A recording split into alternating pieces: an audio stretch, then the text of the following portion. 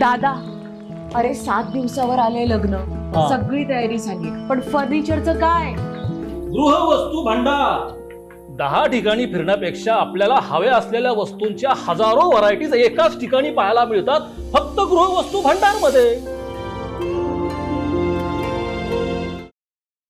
Infinite मल्टीस्टेटच्या माध्यमातून गेली 6 वर्षांपासून आम्ही श्रीगोंदा या ठिकाणी काम करत असून श्रीगोंदेकरांचा मिळणारा प्रतिसाद पाहता इन्फनाइट मल्टीस्टेट क्रेडिट कोऑपरेटिव्ह सोसायटीची पहिली शाखा या ठिकाणी सुरू करण्याचा निर्णय घेतलाय, असं मल्टीस्टेटचे चेअरमन नवनाथ अवताडे यांनी सांगितलंय.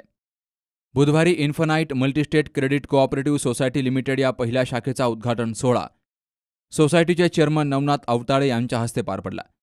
त्यानिमित्तानं सत्यनारायण महापूजेचं आयोजन केलं होतं. तर संत शेख मोहम्मद महाराजांच्या पटांगणामध्ये सकाळी 10 वाजता हा कार्यक्रम आयोजित केला गेला.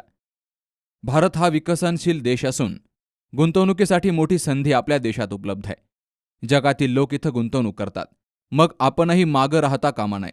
आपण त्यांचा एक घटक बनून आपणही विविध प्रकारच्या गुंतवणुकी कराव्यात, असं अवताडे यांनी सांगितलंय. इन्फनाइट मल्टीस्टेट क्रेडिट कोऑपरेटिव्ह सोसायटीची ही पहिली शाखा आपण श्रीगोंद्यामध्ये आज सुरू केलेली आहे. खरं तर मागच्या 6 वर्षापासून आम्ही श्रीगोंदा परिसरामध्ये काम करत असल्यामुळेच आम्हाला जो प्रचंड प्रतिसाद मिळालेला आहे, म्हणूनच आम्ही श्रीगोंद्यामध्ये पहिली शाखा ओपन करत आहोत. तालुक्यामध्ये जवळजवळ 20,000हून अधिक सभासद आपल्याकडे आत्ता आहेत आणि या सर्व सभासदांच्या विश्वासावरतीच ही संस्था खूप चांगलं काम करेल आणि सर्वसामान्य गोरगरीब गरजू शेतमजूर आणि शेतकऱ्यांना सुद्धा आपल्या संस्थेचं खूप चांगलं पाठबळ मिळेल, एवढी अपेक्षा आहे. निश्चितपणे आपल्या संस्थेची मुख्य ध्येय धोरणं जी आहेत ते सर्व सभासदांना किंवा सर्वच व्यक्तींना बचत कशी करावी, बचत करणं का गरजेचं आहे, भविष्यामध्ये त्याची तरतूद का करणं गरजेचं आहे हे शिकवणं महत्त्वाचं आहे. शिकवत असताना प्रॅक्टिकल वे त्यांना देणं हा त्याचा उद्देश आहे. सर्वसामान्य लोकांनी बचत करणं आणि बचतीचं रूपांतर गुंतवणुकीत करून त्यांना आर्थिक स्वावलंबन मिळवून देणं हा आपल्या संस्थेचा मुख्य उद्देश आहे. म्हणजे सर्वसामान्य लोकांना सुद्धा आर्थिक पाठबळ मिळालं, आर्थिक स्वातंत्र्य जर मिळालं तर प्रत्येक व्यक्ती आयुष्यामध्ये सुख, समाधान आणि आनंदानं जगू शकते. तर प्रत्येक व्यक्तीच्या आयुष्यामध्ये सुख, समाधान, आनंद मिळवून देण्यासाठी ही आपली संस्था कार्यरत असणार आहे.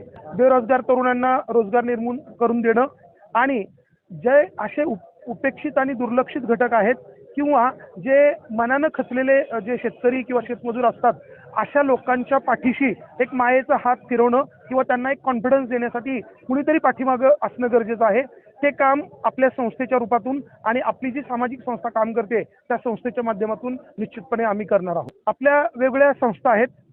आपण ही जी मल्टीस्टेट संस्था आहे ही पूर्ण बँकिंग सेक्टर आहे. इथं फक्त बँकेचेच व्यवहार केले जाणार आहेत, त्याच्यामध्ये वेगळे कुठलेही व्यवहार केले जाणार नाहीत. पण आपल्या या ग्रुप कंपनीमध्ये अनेक व्यवसाय आहेत ज्याच्यामध्ये आपण ब्रोकिंग हाऊस घेऊन येतोय, त्याचबरोबर ॲसेट मॅनेजमेंट कंपनी म्हणून आपण पुढे येतोय.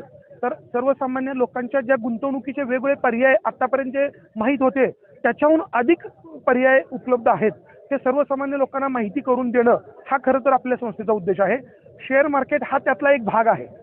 फक्त निव्वळ शेअर मार्केटवरती आपली संस्था अवलंबून नसून शेअर मार्केट हा त्याचा एक भाग आहे. पण शेअर मार्केटकडे अनेक जण लवकर अट्रॅक्ट होतात, कारण परतावा ज्या पद्धतीने मिळतो शेअर मार्केटमध्ये तो खूप जास्ती आहे आणि म्हणून सर्वसामान्य लोक सुद्धा त्याच्याकडे अट्रॅक्ट होतात. तुम्ही आत्ताच जो उल्लेख केला की अनेक संस्थांच्या बाबतीत फसवणुकीचे प्रकार घडलेले आहेत, म्हणजे पूर्वी घडत होते, आजही घडतायत आणि भविष्यात सुद्धा घडणार आहेत.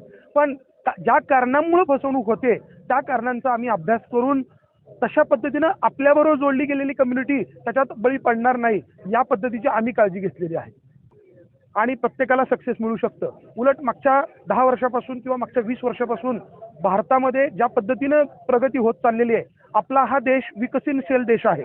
अजून आपण 100% डेव्हलप झालेलो नाही. त्यामुळं गुंतवणुकीला सगळ्यात जास्ती स्कोप जर कुठं असेल तर आपल्या देशामध्ये आहे आणि हे सगळ्या जगाने ओळखलेलं आहे. त्यामुळे जगातले सगळे गुंतवणूकदार जर भारतीय अर्थव्यवस्थेमध्ये जर गुंतवणूक करत असतील तर आपण पाठीमागून राहून चालणार नाही.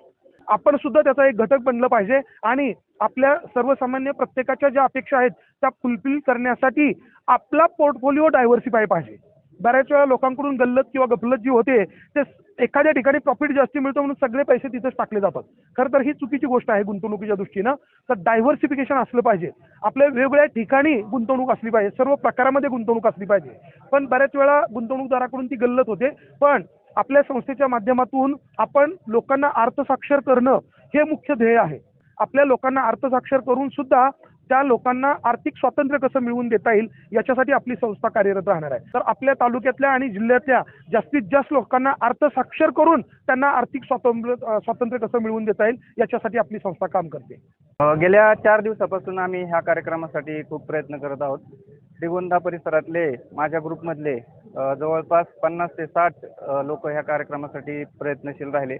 4च दिवसात हा सगळा जनसमुदाय म्हणजे प्रत्यक्षात फील्डवरचं काम आणि लोकांना गोळा करणं हे सगळं आम्ही फक्त 4 दिवसात कंप्लीट केलं. आणि इथून पुढच्या काळात मल्टीस्टेटच्या माध्यमातून आम्ही प्रत्येक घराघरात अकाउंट कसं ओपन होईल याच्यासाठी आम्ही सर्वजण प्रयत्नशील राहू. आलेले सगळे म्हणजे अक्षरशः अख्ख्या महाराष्ट्रातून प्रत्येक जिल्ह्यातून जे लोक आले, माझ्या एका फोनवरती आवतडे सरांच्या एका फोनवरती जे सगळे लोक आले त्या सगळ्या लोकांचा अतिशय मनापासून आभार मानतो. या कार्यक्रम प्रसंगी भाजपा युवा मोर्चाचे प्रदेश उपाध्यक्ष विक्रमसिंह पाचपुते, शेतकरी नेते राजेंद्र म्हस्के, टिळक भोस, मिलिंद दरेकर यांसह अनेक मान्यवरांची उपस्थिती होती. कार्यक्रम प्रसंगी सर्वांचे आभार संदीप दरेकर यांनी मानले. Ganesh Kavitkar, C news Marathi, Shrigonda. राजपालचा सेल म्हणजे कमीत कमी किंमत आणि भरपूर व्हरायटी. गेल्या 20 वर्षांची परंपरा असलेल्या राजपालमध्ये सूटिंग, शर्टिंग, साड्या, जेंट्स, लेडीज, चिल्ड्रन्स वेअरचे भरपूर प्रकार.